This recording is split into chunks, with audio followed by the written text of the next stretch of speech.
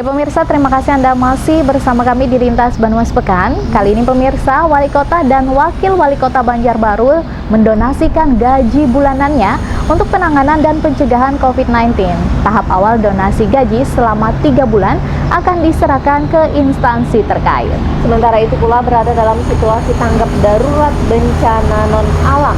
Pemerintah Kabupaten Banjar menyiapkan 32 miliar rupiah untuk penanganan wabah virus COVID-19.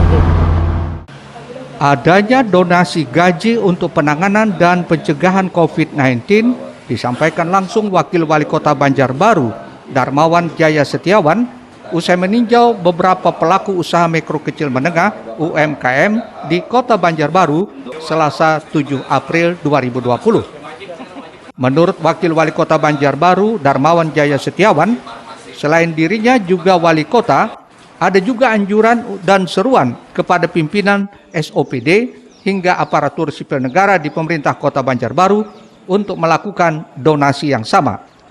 Donasi ini dilakukan sebagai salah satu upaya untuk penanganan dan pencegahan COVID-19 yang diharapkan bisa menambah anggaran daerah yang memang sudah dialihkan.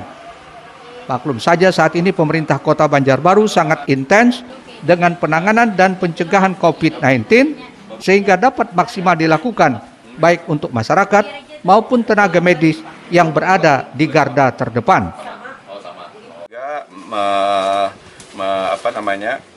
Mengajak pejabat dan ASN di lingkup pemerintah Kota Banjarbaru untuk mendonasikan penghasilannya. Kalau wali kota dan wakil wali kota, seluruh gaji kami serahkan, kami tidak ambil.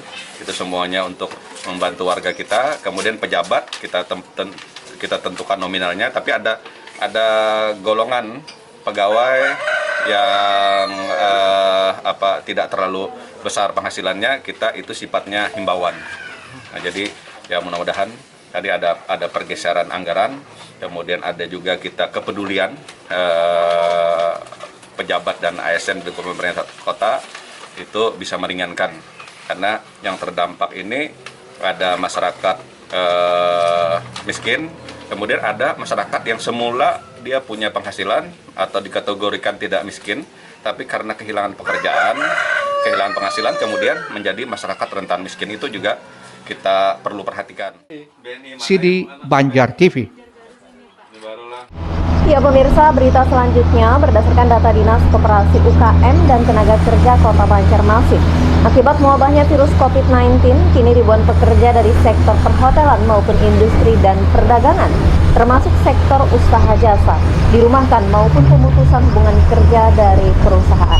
Ya, sementara itu guna mengurangi beban para pekerja yang terdampak, kini pemerintah kota sedang mengupayakan untuk dimasukkan ke dalam program bantuan sosial. Ya, semoga dengan usaha pemerintah untuk dimasukkan ke dalam program bantuan sosial tentunya dapat bermanfaat bagi para pekerja tersebut. Amin.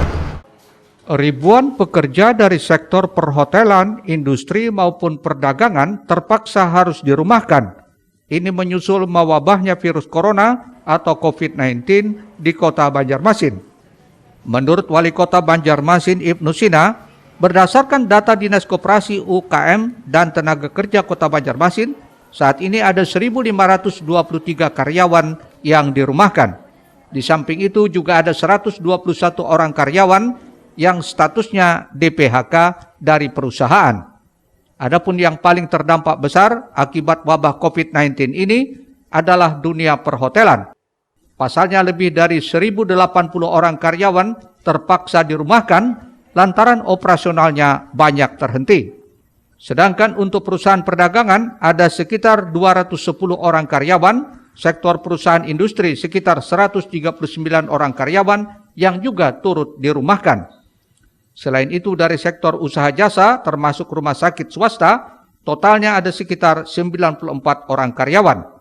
Dari data yang dikumpulkan oleh Dinas Koperasi UKM dan Tenaga Kerja, hasil rekonsiliasi data ini dengan beberapa perusahaan dapat disampaikan bahwa jumlah tenaga kerja yang saat ini terkena dampak itu ada 1.523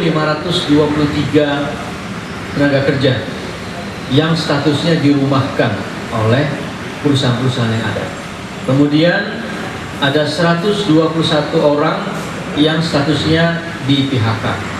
Nah, ini kita juga harus memberikan informasi yang terbuka, kemudian juga proses penanganannya seperti apa. Klasifikasinya adalah dari sektor perhotelan itu Sementara itu, guna mengurangi beban para pekerja yang terdampak, kini pemerintah kota sedang mengupayakan untuk memasukkan ke dalam program bantuan sosial. Muhail, Banjar TV.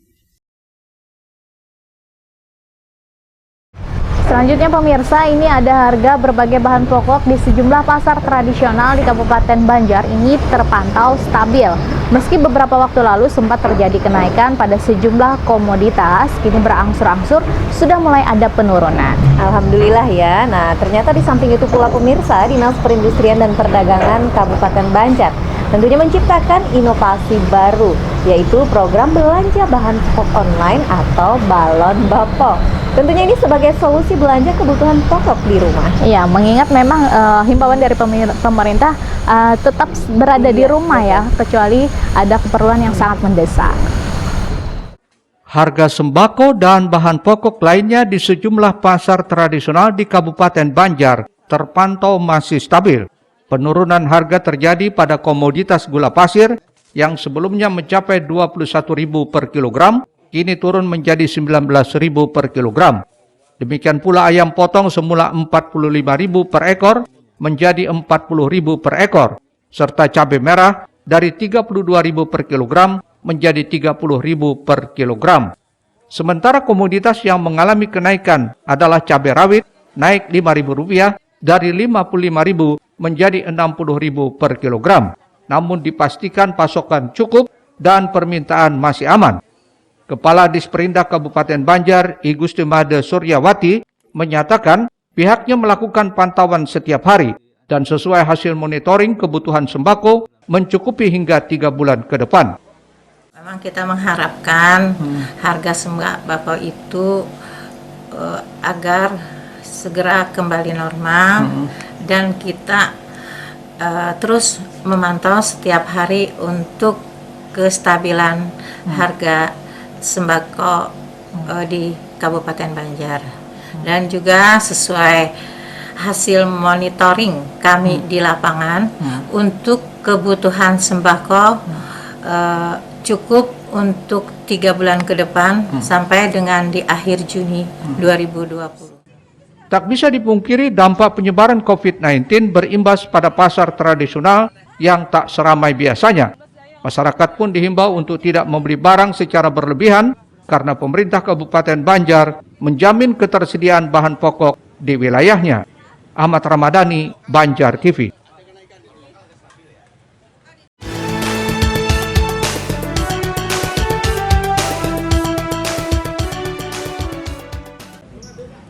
Bupati Banjar Halilur Rahman meluncurkan program belanja bahan pokok online atau Balon Bapok yang digagas oleh Disperindak Kabupaten Banjar. Program Balon Bapok ini sebagai solusi bagi masyarakat yang ingin berbelanja kebutuhan pokok secara online tanpa harus keluar rumah di masa tanggap darurat COVID-19. Layanan ini dapat dinikmati dari aplikasi Martapura Mall Online atau mamalain.id yang tersedia di Play Store. Saat ini ada 40 toko memasarkan produknya di Balon Bapok dengan harga yang sama di pasaran.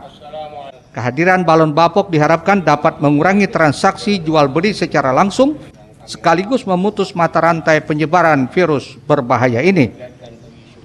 Jadi kita menyiapkan nama toko, nama pedagang, nomor HP, nomor WA pedagang, sekaligus kurir yang mengantar ke rumah.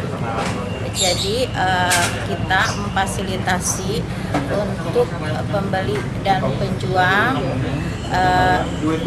pembeli agar tetap berada di rumah, mengurangi tatap muka dan kerumunan orang di pasar, dan pedagang kita fasilitasi untuk tidak bertatap muka dengan pembeli. Kegiatan perekonomian di pasar itu memang belum tutup.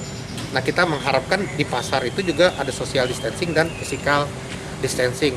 Makanya agar mengurangi kerumunan yang ada di pasar melalui inovasi aplikasi yang kita kita siapkan. Ini ada informasi pedagang-pedagang yang ada di pasar dengan komoditi jenis dagangannya. Nah, itu bisa dipesan lewat ini WA, bisa dipesan, nanti ada kurir yang mengantarkan ke rumah. Di tempat yang sama juga dilakukan penyerahan bibit cabai dari Gubernur Kalimantan Selatan kepada ASN Kabupaten Banjar untuk ditanam di rumah masing-masing. Ahmad Ramadhani, Banjar TV. Ya pemirsa, selanjutnya ini pemerintah Provinsi Kalsel telah menyiapkan lahan untuk tempat pemakaman khusus bagi pasien COVID-19 yang meninggal dunia jika hal tersebut memang dibutuhkan. Ternyata selain itu pula pemirsa, penyediaan pemakaman khusus ini bukanlah solusi utama karena hal terpenting adalah prosedur yang ditetapkan oleh petugas kesehatan untuk tetap ditaati, yakni bagaimana memperlakukan pasien meninggal baik positif maupun PDP yang meninggal sesuai dengan SOP dari Kemenkes RI. Berdasarkan data terakhir Selasa 7 April yang dirilis tim gugus tugas P3 COVID-19 Kalimantan Selatan, 3 pasien positif COVID-19 meninggal dunia. Ketiganya meninggal dalam status pasien dalam pengawasan atau PDP sebelum keluar hasil laboratorium yang menyatakan positif COVID-19 dan telah dimakamkan di pemakaman umum. Juru bicara tim gugus tugas COVID-19 Kalimantan Selatan, M. Muslim, menyatakan jika memang diperlukan, pemerintah provinsi telah menyiapkan lahan seluas 2 hektar sebagai pemakaman khusus pasien COVID-19.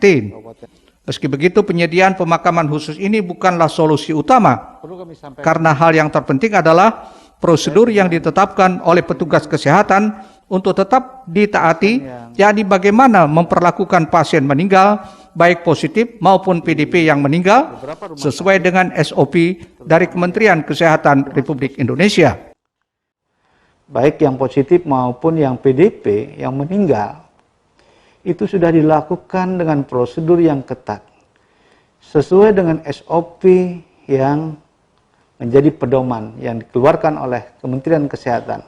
Nah, kalau toh juga ada dibutuhkan terkait dengan tempat pemakaman, sebagaimana yang sudah kami sampaikan, pemerintah menyiapkan tempat itu jika memang dibutuhkan. Jadi sudah disiapkan sekitar 2 hektar untuk itu. Tetapi bukan itu yang menjadi solusi kita. Jadi tetap diberlakukan di mana di tempat yang akan dimakamkan. Tetapi prosedur-prosedur yang terkait dengan yang sudah ditetapkan oleh petugas kesehatan harus betul-betul tetap ditaati.